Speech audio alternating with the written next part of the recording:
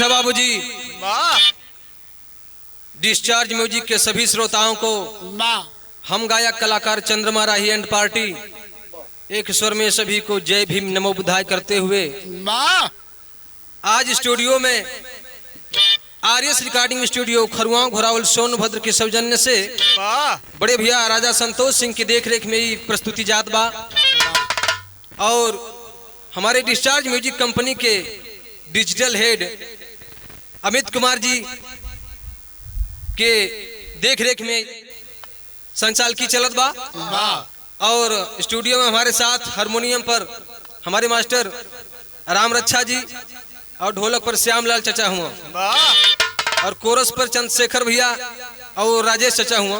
वाह तो आप लोगों के ये सहयोग से कैसेट के प्रस्तुति जात बा, हमें आशा नहीं उम्मीद बा कि आप लोगों के बहुत पसंद आई। वाह जो ने बिरहा के शीर्षक बा होलिका का बलात्कार। अरे वाह आखिर होलिका का बलात्कार किसने किया, कब किया, ओह इस कहानी में देखने को मिलेगा। भूमिका से भाव देवल गिल बाबू। वाह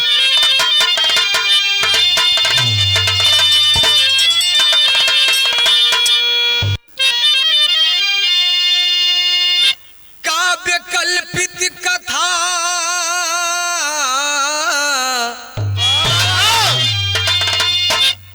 काव्य कल्पित कथा जो पुराणों ने गाया, पाया नहीं कोई सच्ची कहानी। खंजर चुभाया कलेजे के अंदर, मनवादी व्यवस्था से लिखी है वाणी। गागर में सागर समाया गया है, अरे कुरीति ग्रंथों में लिखा मनमानी। घटा घिर गई यवनी अंबर घिरा, कभी श्री राम सच्ची रामायण निशानी।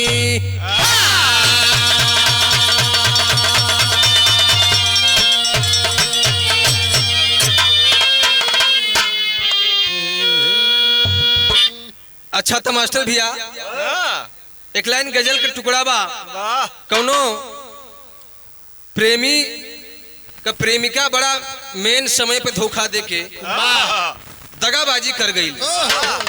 वह आशिक कहले बा, का कहले बा,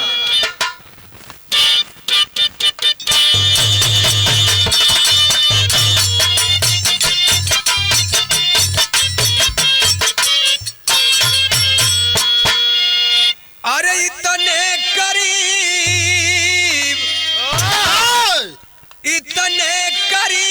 आके दगा दे गई मुझे। इतने करीब आके दगा दे गई मुझे।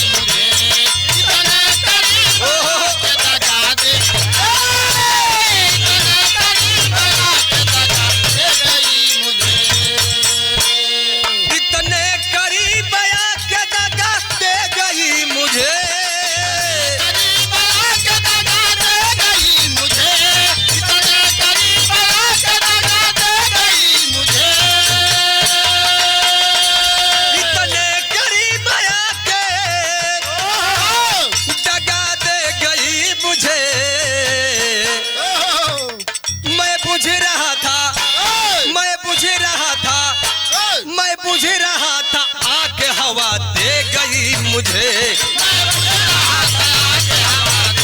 अरे जियो लाल,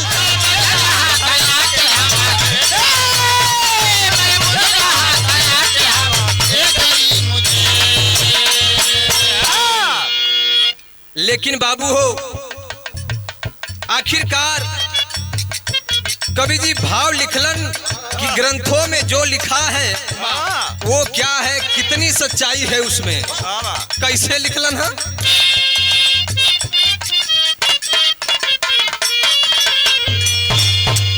अरे ग्रंथों में जो लिखा है, ग्रंथों में जो लिखा है, कपोल सब कथा।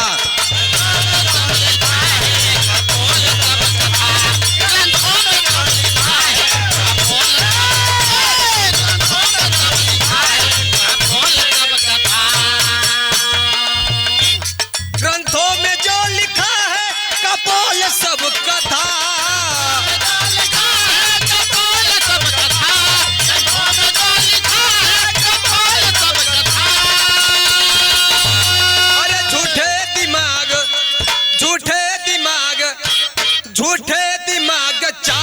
ये सब झूठी है व्यथा।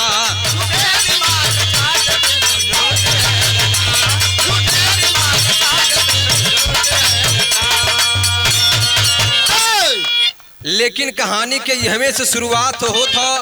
कहानी बा कहवा कि आप लोग कहानी में थोड़ा सा रुचि से ध्यान दिया कि कहानी कैसन बा कहाँ के बा। तनी आवा मास्टर।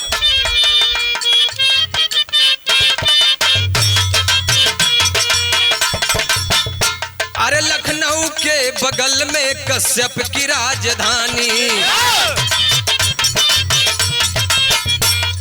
रहे दो बेटा और एक बेटी थी सयानी।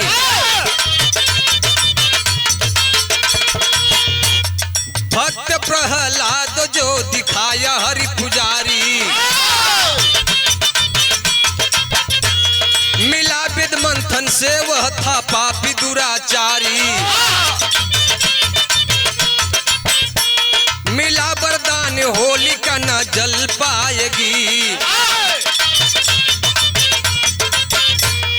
बाप का बेटा दुश्मन बहन ही जलाएगी। छिड़ा जब युद्ध छल से भ्राता जी मार गईले, लाचारी में हिरण्यकश्यप जी राजा हो गईले।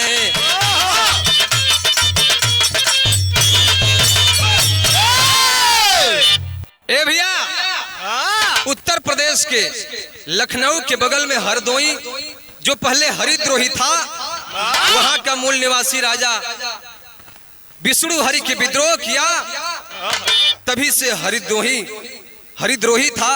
अब वो हरदोई के नाम से वहां पे प्रमाण मिलल बा। उसी हरदोई की कहानी है। राजा महर्षि कश्यप की राजधानी हुआ करती थी रानी दीति, और राजा महर्षि कश्यप के 3 गो औलाद रहलन। बेटवा 2 गो रहलन। बड़ बेटवा का नाम हिरणाक्ष, छोट बेटवा हिरण्यकश्यप। एगो सुघर के बिटिया बा, जितना सुघर ओकर नाम रहल होलिका, और उतने सुघर भगवान के संवार के बनौले रहलन। सुघराई का बखान अगर करल जाए तो कम बा। समय बीत रहा था, बड़ा भाई हिरणाक्ष मूल निवासी राजा बने, और जब मूल निवासी राजा हिरणाक्ष बन गया तो इंद्र के मन में लालच समा गई, जे कि इंद्र के लोग भगवान बतावेला। आज वह भगवान दिखाई कैसन भगवान रहला घरी। इंद्र के मन में शासन सत्ता हड़पने की मन में ललसा जगने लगी।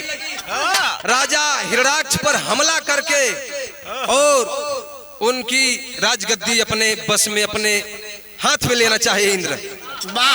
लेकिन हिरणाक्ष बहुत शक्तिशाली राजा, हमारे मूल निवासी राजा थे। युद्ध में इंद्र को पराजित कर दी। जब चढ़ाई कैल इंद्र की नहीं, इनके हम मार के अपन सत्ता अपने हाथ में ले ले, लेकिन अंततः गोत्वा इंद्र युद्ध से हार गिलन। तो जानत हो भाग के कहाँ गिलन सर? जेके कि लोग विष्णु हरि कहे, विष्णु हरि के जाके लगल गिड़गिड़ाए कि प्रभु अब आपके बिना हमने कर रहतब नहीं है धरती पे। हिरणाक्ष जो मूल निवासी राजा कहा था, बड़ी बलशाली है, हम युद्ध में हार गई, आपके शरण में आल ही, अब तू ही बचैबा। विष्णु कहलन कि यार ठीक है, लेकिन बहुत बलशाली राजा है कि मारब और के हराइब, सबके बस का बात नहीं है, खुद हमरे भी बस का नहीं है। मन में वो विचार करने लगे सब कैसे इसको पीछा किया जाए। लेकिन देखा बतावल गई कि छल से विष्णु ने सुअर का मुखौटा पहन करके और राजा हिरणाक्ष का वध कर दिए। कुछ दिन के बाद राजा हिरण्यकश्यप को अपनी राजगद्दी संभालनी पड़ी, क्योंकि बड़े भाई इस दुनिया में नहीं थे। विष्णु द्वारा उनका हत्या कर दिया गया। और जब राजगद्दी पर हिरण्यकश्यप जी अलन तो धीरे धीरे राज रियासत आगे बढ़े लगल। और जब आगे बढ़े लगल तो कुछ दिन के बाद हिरण्यकश्यप एगो सुघर बेटवा पैदा भइल, जेकर नाम बड़ी प्यार दुलार से लोग प्रहलाद रख देलन। अब वह प्रहलाद धीरे धीरे सयान होखत बड़ा, बढ़त बड़ा, अपन आगे के विकास करत बड़ा। प्रहलाद जब सयान भइल तो थोड़ा सा गलत संगत में आ गिलन भैया। कौने संगत में आ गिलन, का करे लगलन, बिरहा में तर्ज लिखल गई।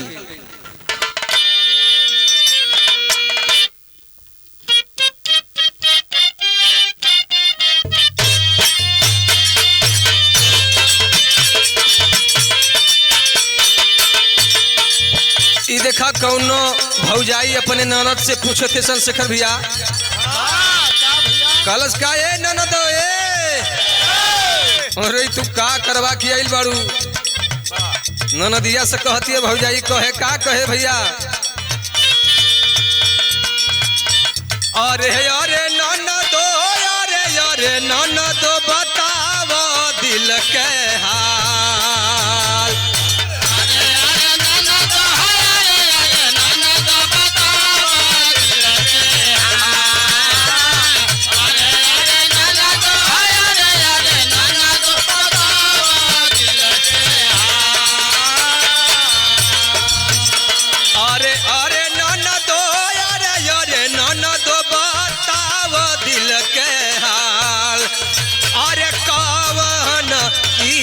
रवाये ननदो कटले बाटे गाल, अरे कावन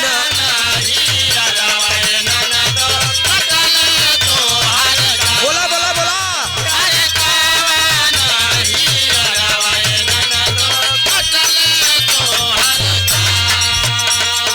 लेकिन भैया हो लइकवा जब सयान भयल तो थोड़ा सा गलत रास्ते पे आकर के क्या करे, राजा के ललनवा छोड़ी के भवनवा रहे आर्यन के साथ।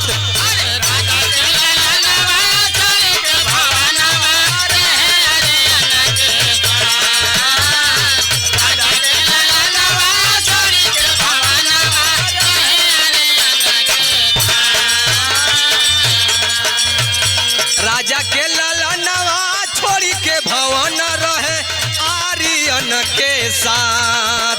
अरे ब्राह्मण मनु दिया ये भैया कोइल चाहे घात, अरे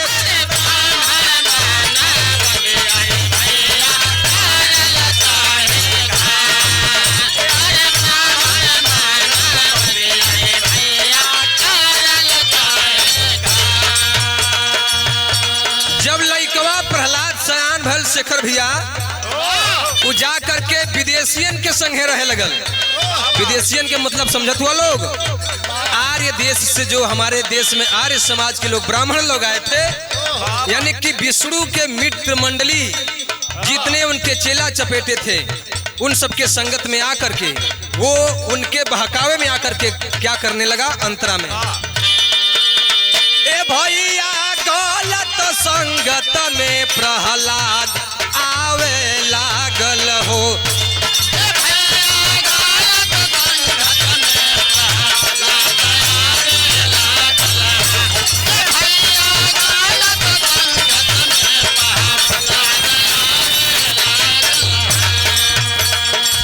ए भैया दिनवा रतिया विष्णु के जपाए लागल हो, विष्णु के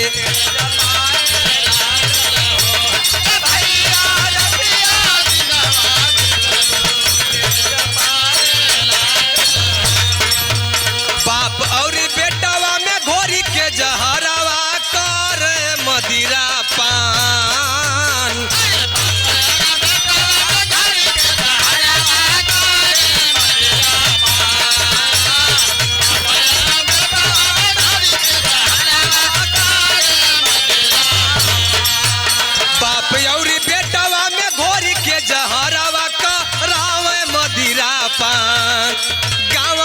घूमी घूमी करे छेड़खनिया आबला के साथ। अरे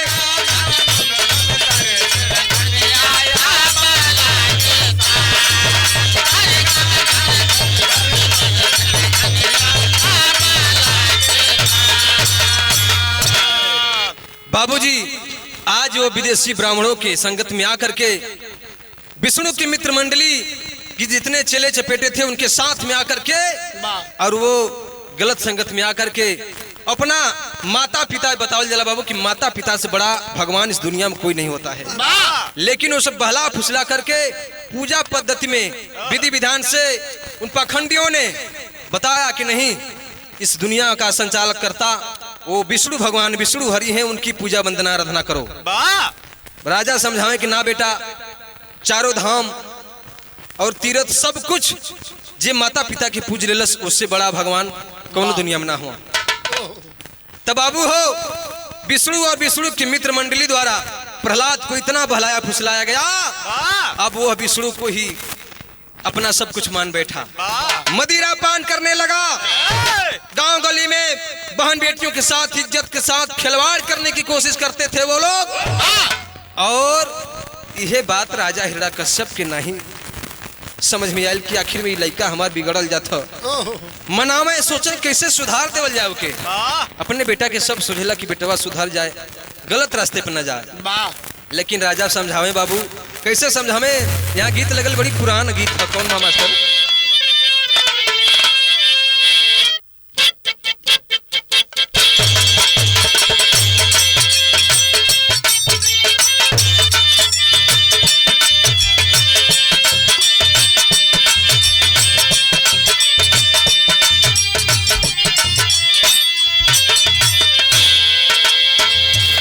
खूब समझवले राजा,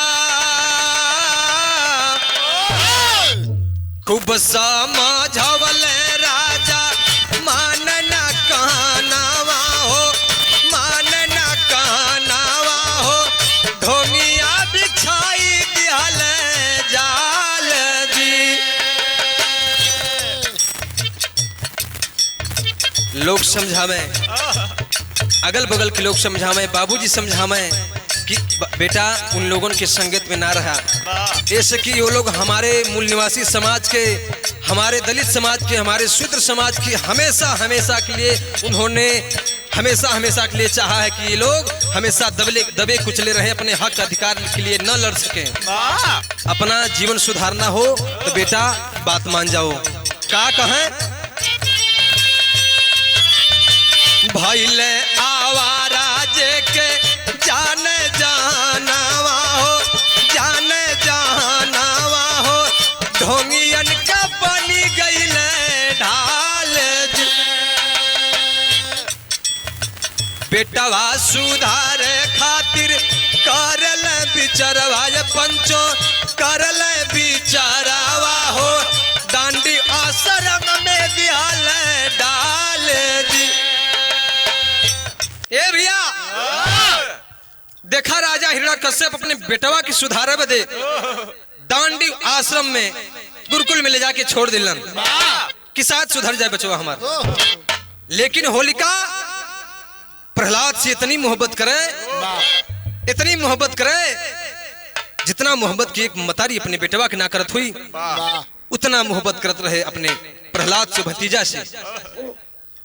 पता चलल कि हमार भैया प्रहलाद के डाल देलन, आश्रम में ले जाके रोवे लगल, सोचलस कैसे मिली, हम चोरी चोरी मिलने लगी, जाकर चोरी चोरी मिलने लगल गुरुकुल में जाके।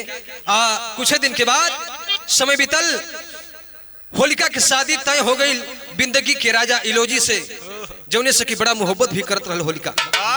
बड़ी खुश बा की शादी तय हो गई प्रेमी से, लेकिन अब प्रहलाद से हम ना मिल पाई। आखिरी मुलाकात समझ के रात को बढ़िया पकवान भोजन बना के अपने हाथ से भोजन बना के हम खिला दें अपने प्रहलाद के। भोजन लेके रात में चलत बा, और जब चलल तो रास्ते में आधी रात का समय बा, विष्णु और विष्णु की मित्र मंडली के लोग रास्ते में जब मिल गए और रास्ते में मिलन तो देखा वो अबला से वो होलिका से छेड़खानी करे लगल। भैया छेड़खानी करें, बहनिया होलिका हाथ जोड़ के कलश की भैया बाबू लोग आप लोग हमके छोड़ दा, लोग हमें जाए तो हम प्रहलाद से मिले जाते, कहीं हमारे भैया के पता चल जाए कि हम चोरी चोरी मिलीला तो हमें सजा हो जाए।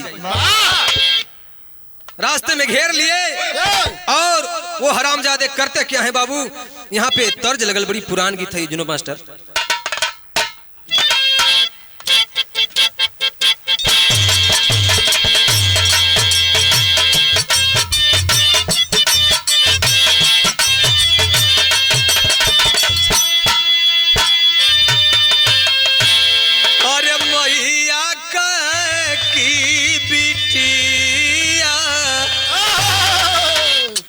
मैया की बिटिया नियरे बिया बई हो बाबूजी कैलन बड़ी दूर हो।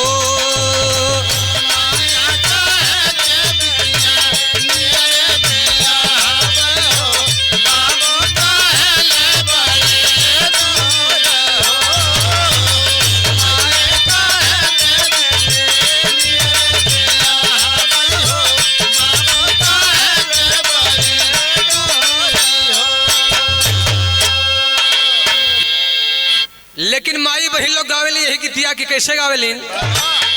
अरे कि झाझर मारउआ जनि छावई हाय बाबा हो, झाझर मारउआ जनि छावई हाय बाबा हो, लगी है सूरजुई के घाम हो।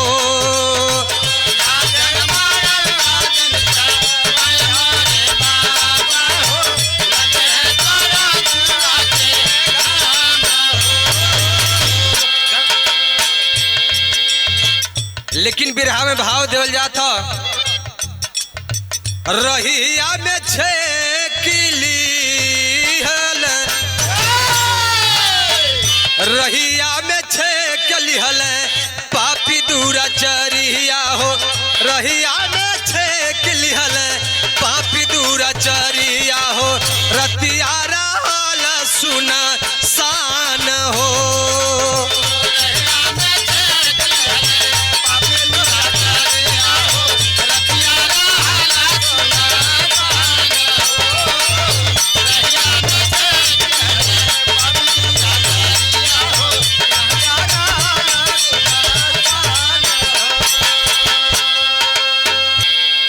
हथवा के जोड़ी कहे होलिका बहिनिया, और लुटबाई जतिया ताना मारी सारी दुनिया पंचो, अरे कहू ना सुने पापी बालक पुकरिया हो, ये कहू ना सुने पापी बालक पुकरिया हो, रतिया रहल सुना सान हो।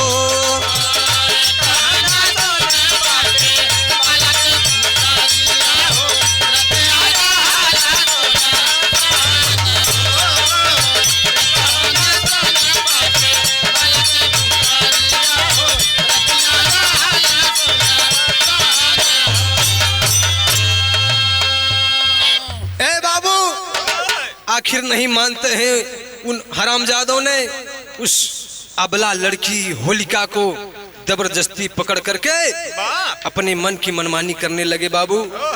लेकिन बहुत मनाती है, हाथ पैर जोड़ती है, बाबू भैया लोग हमके छोड़ दा लोग, एक अबला नारी का ओकर सब कुछ होकर इज्जत होला, इज्जत के छोड़ दे आप लोग। लाख रोती है लाख गिड़गिड़ाती है होलिका, लेकिन बाबू पपिया करें का विदेशिया से लिखल जाता।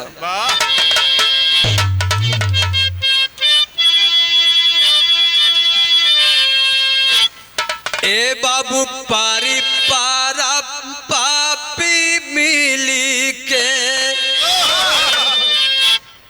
बारी बारी पापी मिली के नो चल सारिया के जैसे के मूस के बिलरिया ये बाबूजी,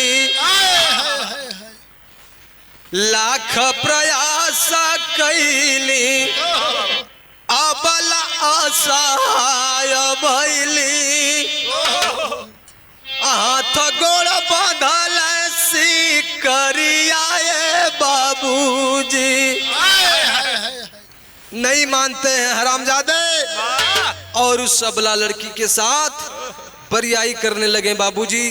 देखें जेके आप लोग देवता मानीला लोग, आज जेके भगवान आप लोग मानीला, हमारे मूल निवासी हमारे शुद्ध समाज के साथ, हमारे दलित की बेटी के साथ ये हरामजादे घिनौने काम करने पर उतर आए। लेकिन कैलन का कि हवस दरिंदा बाबू। नहीं मानते हैं, करते क्या है कि तन के बसाना उतार फेंकल पपियाओ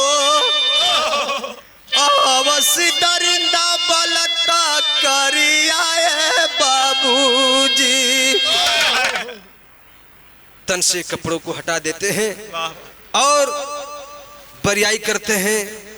हाथ गोड़ जोड़ने पर चांटे खींच कर मार रहे हैं। उस अबला औरत को असहाय हो गई, लाचार हो गई अबला, रोने लगी। ओ बाबू, ए भैया लोग हमरे इज्जत के आप लोग छोड़ दी, हमारे कवन कसूर बा कि हमारे इज्जत के साथ खिलवाड़ करतानी लोग। कोई ना सायब कोई ना सायब पपिया सजाया कैल तोरी दिहल सास केरा सरियाए बाबूजी। नहीं माने, अपनी मन की कर गए बाबू। वो विष्णु और विष्णु की मित्र मंडली के सारे लोग एक साथ मिलकर के उस अबला के साथ बलात्कार कर दिए और उस बलात्कार से वो अबला उस पीड़ा को नहीं सहन कर पाती है और तड़फड़ाने लगती है। उसी स्थान पे आधी रात का समय रहल बाबू।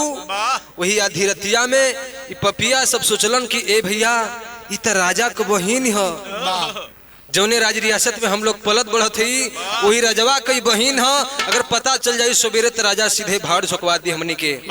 ऐसा करा लोग कि कर सबूतवे मिटा देवल जाओ। सबूत मिटावे खातिर के पपिया करें का करें, तर्ज बदल गई मास्टर।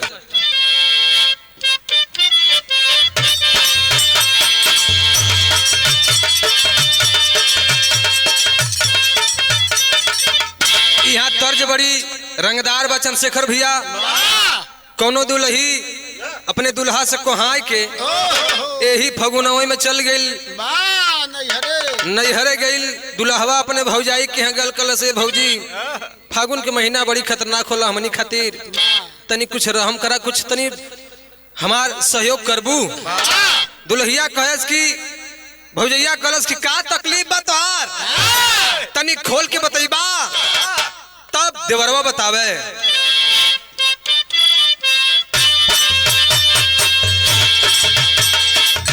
दबी के लूगरिया हो भागल,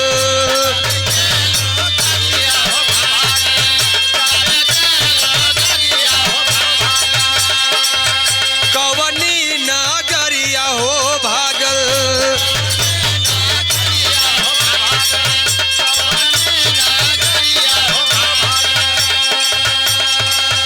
दबी के लूगरिया हो भागल, कवनी नगरिया हो भागल। सुनाए भौजी मैं हरी बिन गुजरवा कैसे हो ना।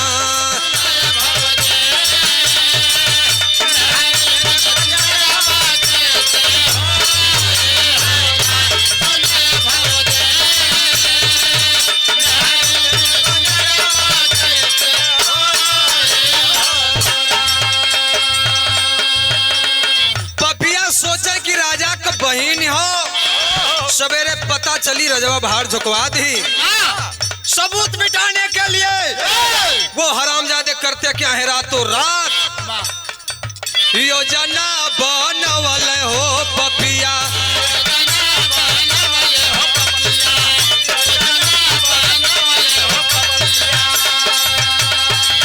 मरई कोई कहे खटिया,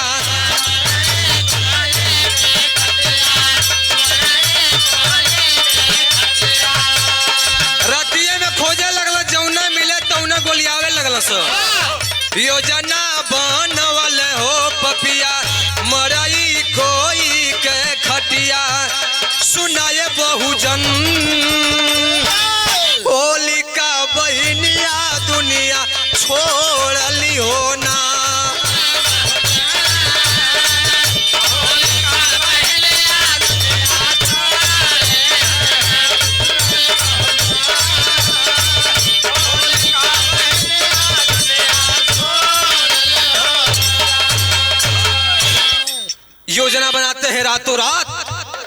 ए बाबू हड़बड़ा के जब गलत काम होखेला तो बुद्धि हेरा जाला थोड़ा सा। बहुत जल्दीबाजी में सबूत मिटाने के लिए वो हरामजादे विष्णु और विष्णु की मित्र मंडली सारे मनुवादी लोग मिलकर के रातों रात जेकर जौने पवला, कोई के खटिया, कोई के मचिया, कोई के मड़ई, कोई के गोइठी उपली जौने पवला मौके पे हो भैया लोग उ लोग इकट्ठा करके सांस तनी तनी चलत हो, होलिका मरे वाली हो लेकिन ओकरे ऊपर लोग लादे लगला जौने पावे तौने। जब लादे लगला लसिया गुपरा जियत बा सांसा चलत है लेकिन अब आशा नहीं है तनको। तब अंतराम लिखल जात का कैला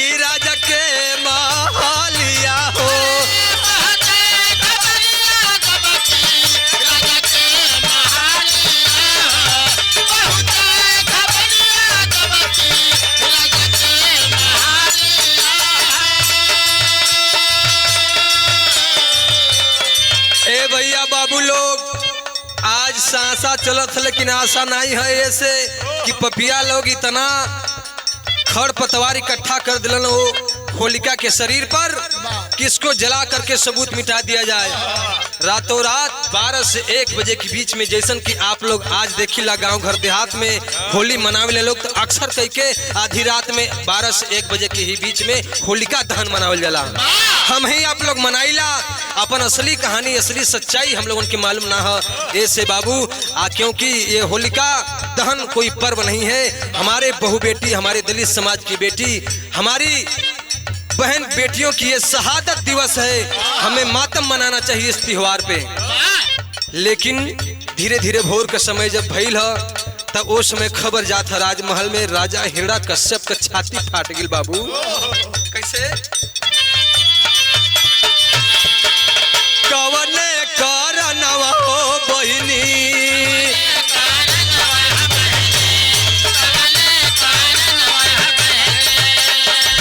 छोड़लू जानवा ये बहिनी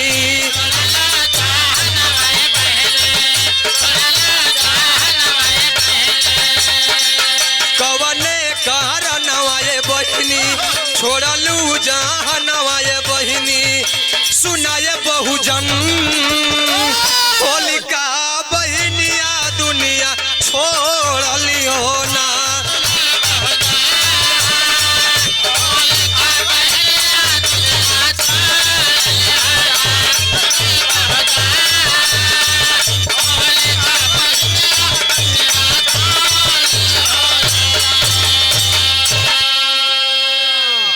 ऐसी ऐसी घटना हमारे दलित समाज के साथ, हमारे बहन बेटियों के साथ करते आए हैं और आज भी यही हो रहा है।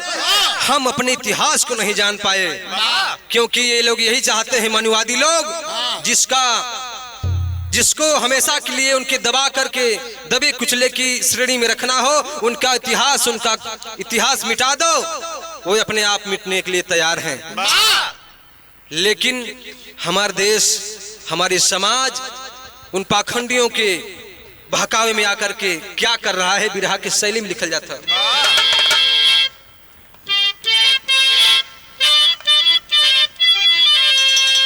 तनी से बढ़िला सफेद की ब्याह जाऊ जैसे अरे मोरे राम ठिठोली में भूलल बात देसवा ओ ठिठोली में भूलल बा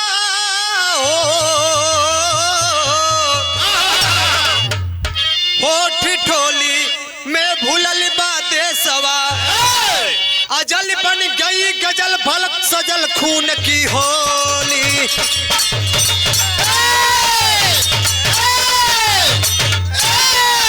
अजल बन गई गजल भल सजल खून की होली हो ठिठोली में भूलल बा देसवा।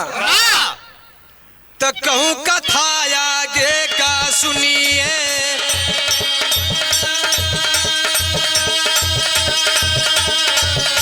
अरे कहूँ कथा आगे का सुनिए, नीच कसाई है गद्दार, खोल उठा रग रग में लहू तब, क्या बना दिए होली त्योहार। गर्ज पड़े हैं हिरिड़ा कश्यप, किया सार धोखे से मार। घाटा गिरी का यवनी अंबर, मूल निवासी समझो यार।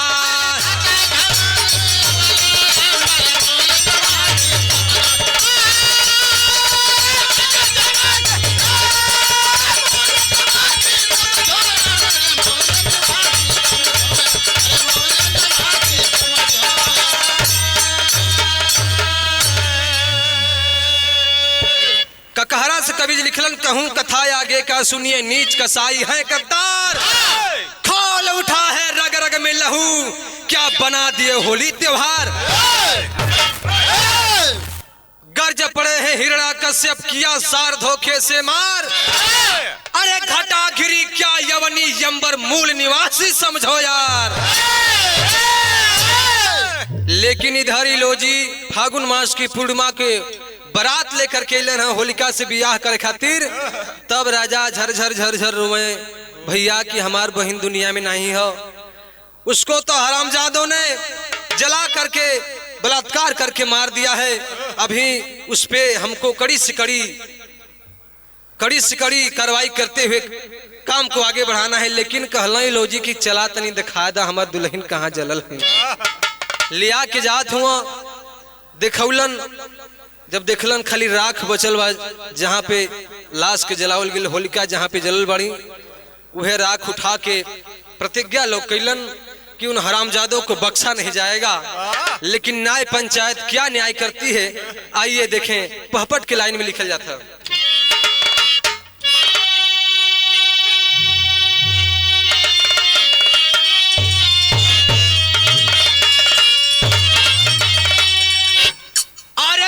कश्यप लगा दिए आडरावा, तऊने छानावा हो।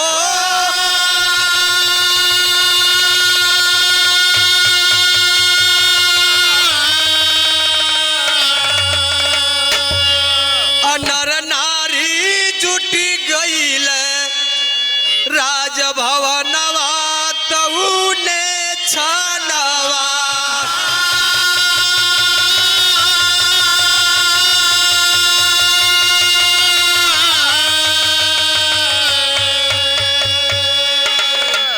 जैसे आज होली पे जे जौने पावल बा, गोबर करखा माटी मोबिल रंग तमाम प्रकार के केमिकल से, वही समय वो तब से लागू भल जौने समय वो बलात्कारियन के राजा सजा में न्याय पंचायत बुलवा करके उन हरामजादों को गोबर माटी करखा से बेइज्जती किया गया, नगर में घुमाया गया, मुंह में काला कालिख लगाया गया।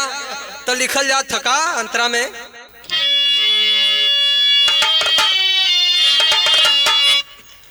अरे गोबर माटी कर खा ले करीब हो गए सब तैयार हो, लगा दिए उन गद्दारों को, कायम किए त्योहार हो। अरे मदिरा पीकर झूम उठे सैतानवा, तो उन्हें छानवा।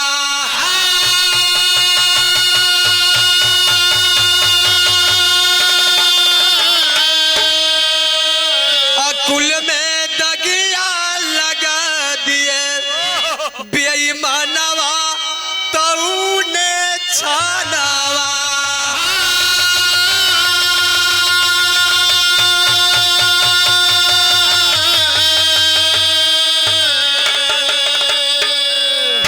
राजा ने तलवार की धार से उन हरामजादों को माथे पर तलवार की धार से लिखवाने लगे अबीर।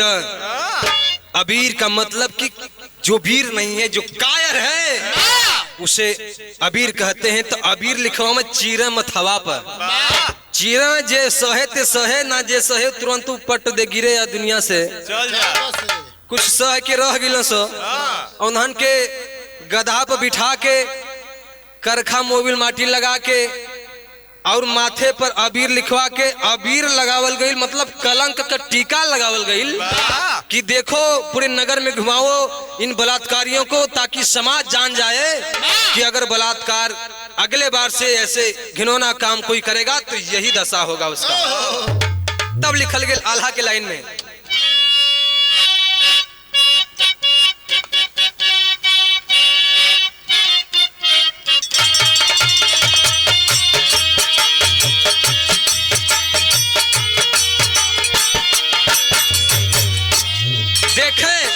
आखिरकार ये मनुवादी हर युग में छल करते आए हमारे साथ, मूल निवासियों के साथ हमेशा छल करते आए, तो लिखना पड़ा। अरे सतयुग द्वापर त्रेता छल कइल छलिया भैया,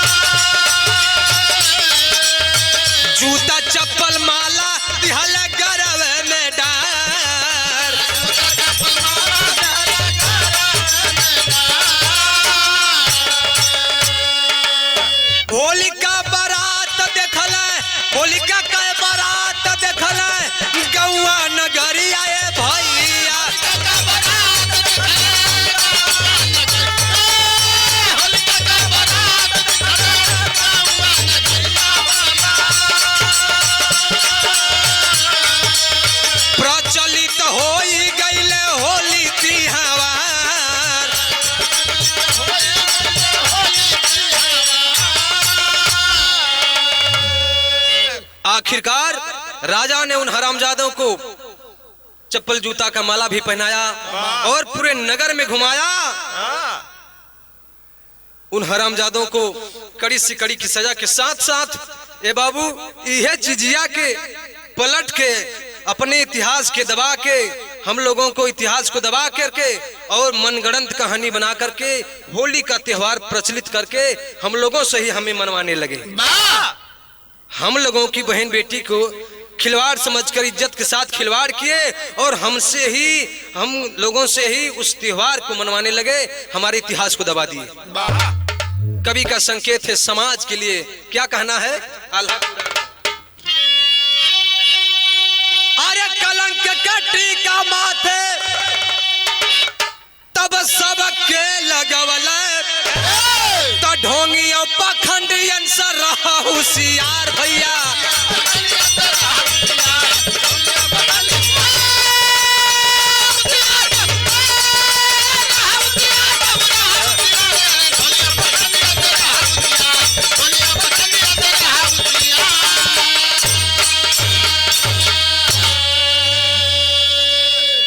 भैया बाबूजी आज होली का त्योहार कायम तो हो गई, लेकिन वो कहानी में थोड़ा सा जब समय आगे पलटा खैलस, देखा वही इंद्र जो राज रियासत के लिए लड़ा था, हिरणाक्ष को धोखे से मरवा दिया विष्णु के हाथों, वही इंद्र फिर और विष्णु मिल करके विष्णु ने इस बार शेर का मुखौटा पहन करके हमारे मूल निवासी राजा हिरण्याकश्यप का वध कर दिया।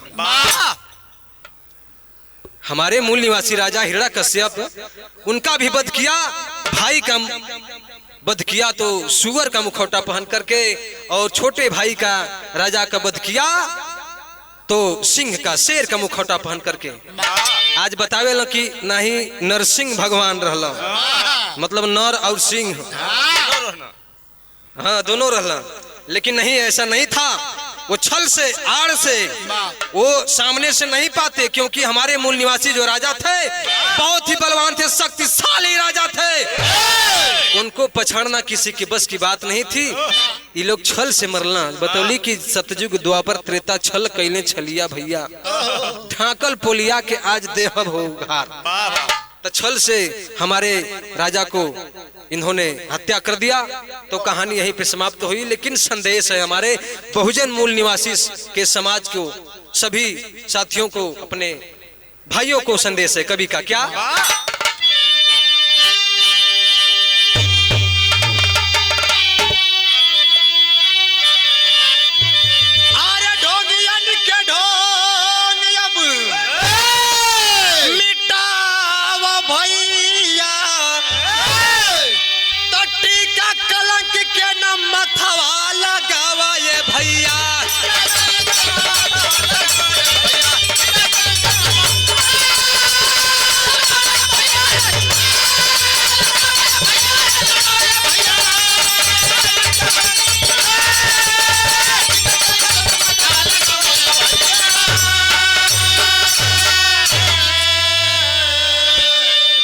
काहे कि वह बिरिया गुहे कलंकवा लगा के हमहू लोग बलात्कारी बनल जाओ, मतलब बलात्कार किए अपने और हम लोगों को अबीर लगवा करके आज भी वो कलंक का टीका लगवा करके आज भी हमें बलात्कारी साबित करते हैं, और हम लोग उसे मान रहे हैं। इसे ही लो करके हम लोग इसे लेकर के ढो रहे हैं। तो अपने इतिहास को जानो और अपने पूर्वज के इतिहास को जानो, अपने हक और अधिकार की बात करो।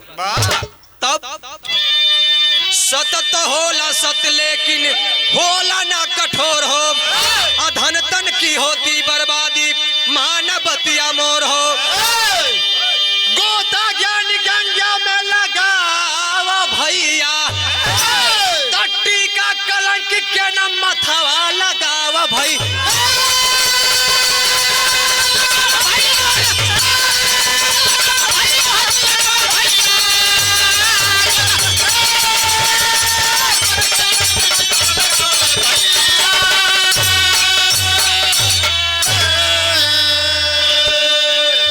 मोहाल्यासी हरिवंश गए स्वर्ग विदेशी लाल, राजेंद्र श्री राम बलि पाया गुरु का यकबाल।